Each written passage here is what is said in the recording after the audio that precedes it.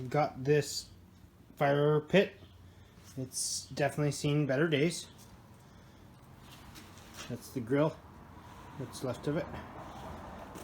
I saw Hacksman on YouTube build his fire ring into a smokeless fire pit.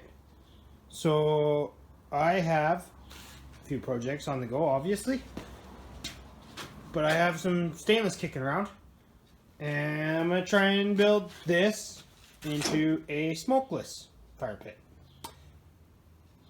I'll let you know how it goes. I'm just going to show you what I'm starting with now that it's clean. This is the lid upside down,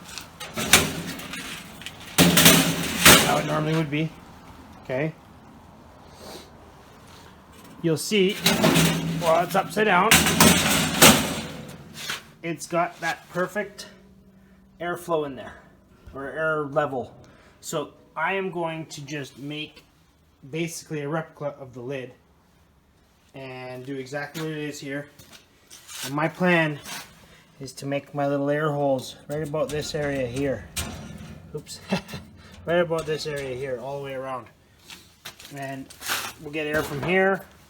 We're going to get air from the cracks. We're going to air for those little air holes down there.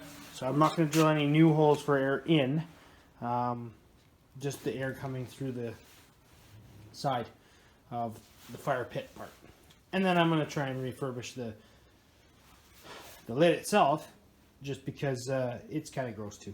So, yeah, wish me luck, guys. Okay, so what I've started to do is to cut out triangles and just see how they will fit inside here. Okay. And I'm just marking them up like this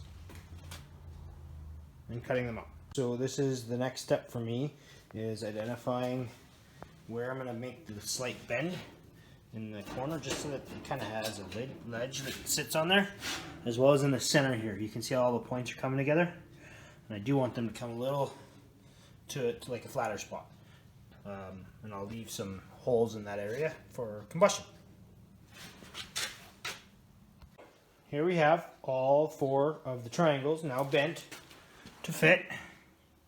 And what I did underneath